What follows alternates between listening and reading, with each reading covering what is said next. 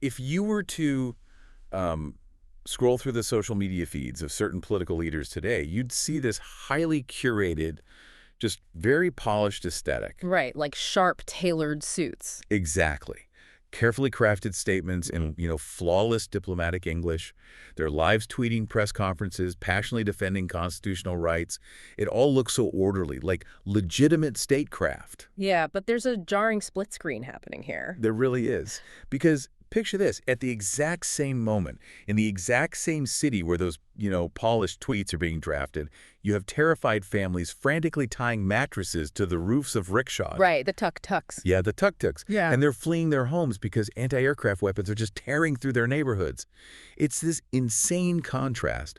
The digital posturing of a modern statesman on one side, and then the analog, desperate reality of civilians running for their lives on the other. And that image, that split screen, that is the absolute core of what we are unpacking today in this deep dive. Yeah, we're looking at a fiercely written essay titled The Cursed Script, Mogadishu and the Moral Collapse of Power. It's a profound, really damning critique of modern power dynamics in Somalia. The author's central argument is that political ambition has so thoroughly overridden human life that the country isn't just experiencing a political crisis. Right. It is suffering a complete spiritual collapse. And I think what makes this essay so striking for you listening is that the author spares absolutely no one. No one at all. We're going to unpack their critique objectively today. We'll look at how they indict the government, the opposition factions, regional leaders, foreign actors. Everyone gets critiqued equally. Yeah, and just to be clear, our mission here is to impartially look past the political theater. We're exploring the actual mechanisms driving this chaos based purely on the author's arguments without endorsing any specific faction ourselves. Exactly. So to understand how we arrived at this split screen, the tailored suits versus the fleeing rickshaws, we have to look at the evolution of the people actually pulling the strings. Right. And the author structures this by examining what they call the rebranding of the warlord. Rebranding, I find that fascinating. It is. They draw a very sharp line between the old nightmares of the 1990s and the political realities of today. But wait, I'm confused right out of the gate here. I mean, if these leaders are speaking diplomatic English and attending donor meetings and quoting the Constitution, Yeah. isn't that a massive step up from the 1990s? Back then, you had figures like Aidid and Ali Mahdi openly using Mogadishu as a slaughterhouse. Right, it was pure chaos. Yeah, so at least the current leaders are sitting at a negotiating table. How is this not progress? Well, it looks like progress on the surface, but the author argues that the underlying moral disease hasn't changed at all. I mean, think about the old warlord. Okay. They wore a bandolier of bullets. They sat in a technical, those heavily armed pickup trucks. Oh, yeah, the technicals. Right. And they openly looted. They divided the city block by block, clan by clan. But the new warlord realized that blatant barbarism doesn't attract international funding.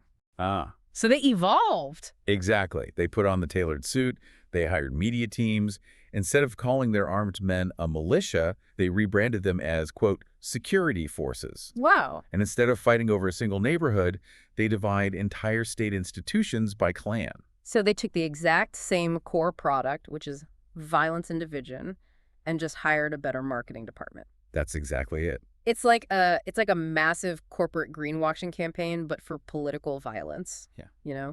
Slapping a sleek PR spin on a toxic company without changing what the company actually does. That is a perfect way to look at it. And the author points out that this new iteration is actually far more dangerous than the old one. Really? Why more dangerous? Because the old warlord fired anti-aircraft guns into the city and owned the destruction. There was no pretense. Right. The new warlord watches those exact same weapons tear through civilian districts, but then they retreat to an air-conditioned office to publish a formal stamped statement about, defending legitimacy. Oh, I see. They've weaponized the language of statehood. Exactly. They use it to create a shield of plausible deniability on the world stage. Does that fake veneer of legitimacy actually make it harder to hold them accountable? Because the essay seems to be arguing that this legitimacy is a complete illusion. It is an illusion. The author asks a very direct question in the piece. What legitimacy? Yeah. They completely reject the idea that a politician can claim moral or legal authority while simultaneously treating civilians as human shields. I mean, if your path to power requires turning your own capital city into a war zone, the suit and the Constitution are just props. Just props.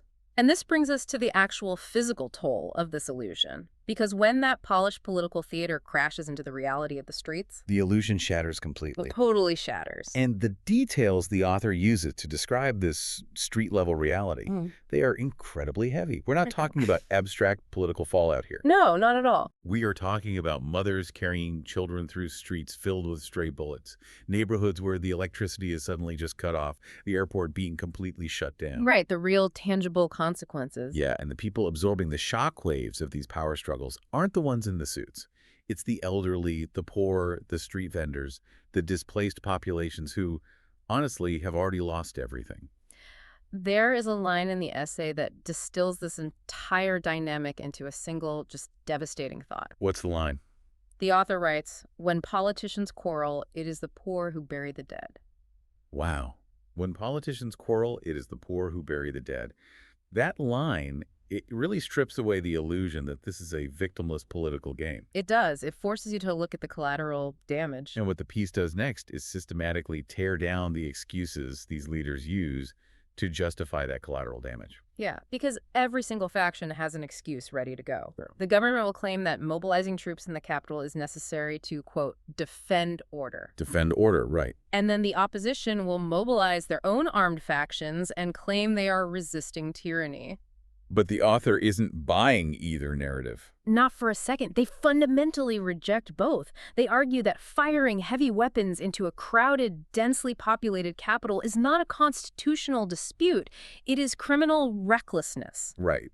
Because if a leader is using anti-aircraft weapons in a city center, they aren't practicing politics, they are practicing barbarism. Exactly. The author points out that letting stray bullets decide who lives and who dies is the ultimate collapse of moral authority. I mean, none of these factions seem to have a path to power that doesn't require Mogadishu to bleed. And it goes beyond just collateral damage. The author observes a deeply unsettling psychological shift within Somalia's political elite. Unsettling how? They point out that these leaders have watched the country burn so many times that fire no longer embarrasses them. Fire no longer embarrasses them. That is chilling. Yeah, the human cost is literally factored into their operating budget now. I want to dig into that idea, that fire no longer embarrasses them. Because the essay talks about how they have normalized the abnormal. Yes, normalize the abnormal. Right. The presidency, or what they refer to as the seat in Villa Somalia, which is, their equivalent of the White House, it's become such an intoxicating prize that they will risk the entire capital to get it. They will. Armed confrontation has just become a routine negotiating tactic for them. Just try to imagine sitting at a high-level negotiating table. In most democracies, if talks break down, a politician might threaten a filibuster, Right. or a lawsuit, or a media campaign. Right, normal political friction. But in this context, the threat is, if I don't get my way, I will mobilize heavily armed men through the streets. It's essentially extortion. It is. They have taken the mass displacement of terrified families and turned it into a routine background detail of their political horse trading. But okay, I am struggling to understand the global reaction here. Well, we have foreign embassies in Mogadishu, right? We have the United Nations. They have intelligence on the ground. They can literally see the mattresses on the rickshaws. Of course they can. So if the domestic politicians are treating this violence as a casual negotiating tactic, why isn't the international community stepping in to shut it down?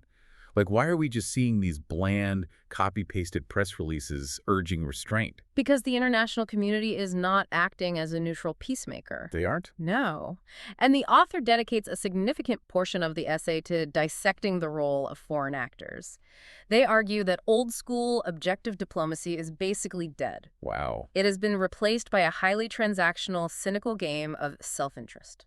Okay, so what are the actual mechanisms of that game? How does an embassy look at an anti-aircraft gun in a neighborhood and decide to issue a neutral statement? You have to think about the geopolitical real estate of the Horn of Africa. You have global superpowers, regional players like Ethiopia and Kenya, and massive counterterrorism mandates all converging in one space. These foreign embassies aren't operating out of pure altruism. Right. They have their own agendas. Exactly. They have very specific strategic goals. Maybe a foreign government needs a friendly faction in power to secure a lucrative port contract. Or maybe they need a reliable local partner for drone strikes or military basing. So They just pick a favorite. They back a specific client who promises to deliver on those foreign interests. Exactly. And because they need their preferred client to win, they provide them with diplomatic cover. So they look the other way. Right. So when their client uses a militia to intimidate a political rival, the embassy doesn't condemn them outright. They issue a carefully worded public call for, quote, all sides to de-escalate. While quietly maneuvering behind the scenes to protect their guy. Yes, it's a multi-layered chess game where everyone is pretending they aren't playing. It's a total subversion of diplomacy. And the essay mentions how regional leaders pretend to be shocked by the violence while calculating how they can leverage the chaos for political advantage. Oh, absolutely. And the clan elders speak in careful riddles to avoid taking a definitive stand. And the media loyalists take the actual physical deaths of civilians and immediately spin them into propaganda for whatever faction pays them. Yeah, every single player presents themselves as the ultimate victim and demands international sympathy. Which completely hollows out the concept of sovereignty, doesn't it? If every single faction and their foreign backers claims to be acting to save the country. The author points out the glaring contradiction here. These leaders stand at podiums and speak passionately about defending Somalia's sovereignty, Right. while actively serving foreign interests to maintain their own power.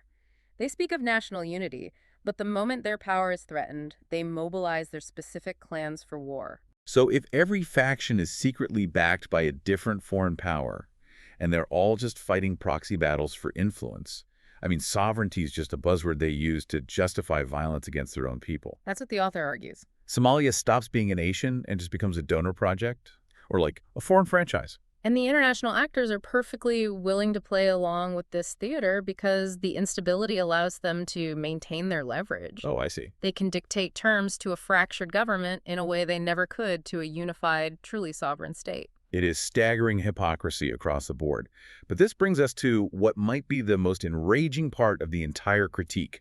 The insulated elite. Yes. Because we've looked at the warlords in their tailored suits. We've looked at the civilians catching the stray bullets. We've analyzed the cynical chess game played by foreign embassies. Right. But the author reserves their deepest, most visceral moral disgust for one specific reality.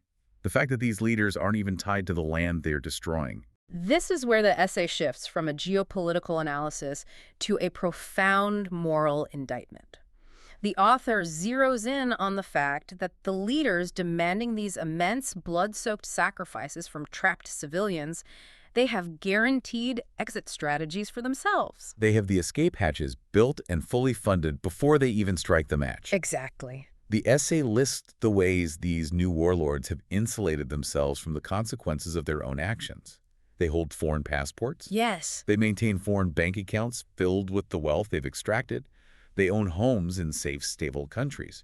Their children attend foreign schools. And when they get even a minor illness, they fly out to use foreign hospitals. That's unbelievable. The author frames this by suggesting that, for the political elite, Somalia is no longer a homeland to be protected. It is merely a stage. A stage. Yeah, it's a stage where they can fly in, perform their violent political theater, inflame the population, loot the state coffers, and militarize the streets.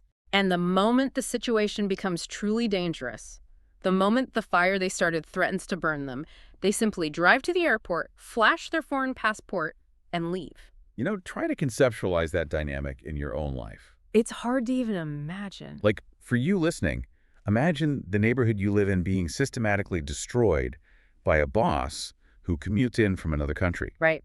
They arrive, they set your building on fire to win a petty dispute with a rival executive. And the second the smoke gets too thick, they get on a private plane and fly back to a quiet, safe life in another time zone. Leaving you behind. Exactly. Meanwhile, you and your family are trapped inside the burning building, desperately trying to put the fire out. I mean, it completely transforms the crisis. It stops being a tragic political failure and becomes an active, malicious betrayal. That is the crux of the author's disgust. The leaders will stand on a podium and speak of national sacrifice, demanding that the youth fight and die for their political cause. But their own kids are safe. Right. The leaders' own families are living safely in European or North American suburbs. The civilians of Mogadishu, the ones tying mattresses to rickshaws, they cannot leave. No. They don't have second passports or foreign bank accounts. As the author powerfully states, the politicians leave, but the people inherit the ruins. They inherit the ruins. When you look at it through that lens, you realize why the author says the civilians of Mogadishu don't need a lecture from the men who brought gunfire to their doors. Right. The people on the street know the truth. They know it's a lucrative game to the elite, but it is absolute life and death for them. And this leads to the author's overarching conclusion about why Somalia remains trapped in this cycle. The essay deliberately dispels the myths that external observers often use to explain the crisis. Like the idea that it's just destined to fail. Exactly. The author makes it very clear. Somalia has not failed because of some tragic destiny. It hasn't failed because of geographical bad luck, or because its people were somehow born with an inherent desire for chaos. All right, the people are incredibly resilient. They survive despite the state, not because of it. Yes.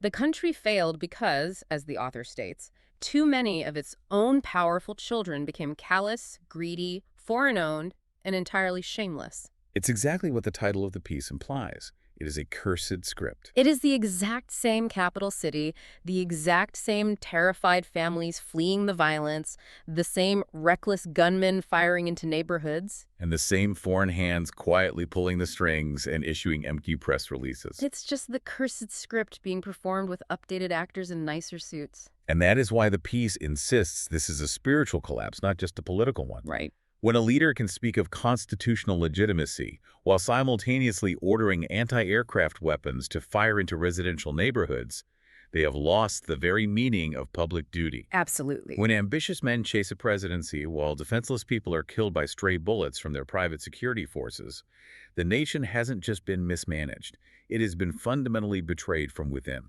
The author really challenges the reader to question the very nature of modern political legitimacy. How so? Well, if a leader wears a suit, speaks English to diplomats, and quotes the law, but relies entirely on the threat of mass displacement to secure power, are they a statesman? Or are they just a new iteration of a warlord operating with better PR? Exactly. And it's a framework for understanding power that unfortunately applies to many vulnerable capitals around the world, not just Mogadishu. It is an absolute masterclass in reading between the lines of global political crises. I mean, it teaches you to look past the slick tweets, the polished press releases, and the diplomatic language of restraint. You have to look past it. You have to see the actual devastating human cost on the ground. It demands that you do not look away from that split screen we talked about at the beginning. You have to see the suit and the rickshaw at the exact same time. You really do. As we wrap up our deep dive into this essay, I want to leave you with a thought to mull over, building on this idea of the insulated elite. We've talked about these politicians armed with their foreign passports and their literal exit strategies, completely detached from the physical ruins they create. The golden parachutes. Right, the golden parachutes. So when a political class has that level of absolute immunity, when they can ignite a city, loot the treasury, and simply fly away to a comfortable retirement in another hemisphere, is true accountability even mathematically possible? Or does that guarantee of a golden parachute mean that this cursed script will just keep being performed again and again anywhere in the world where the powerful can afford to flee the fires they start? Imagine being the family on that rickshaw, looking up at the sky, knowing the men who did this to your home are already safely gone.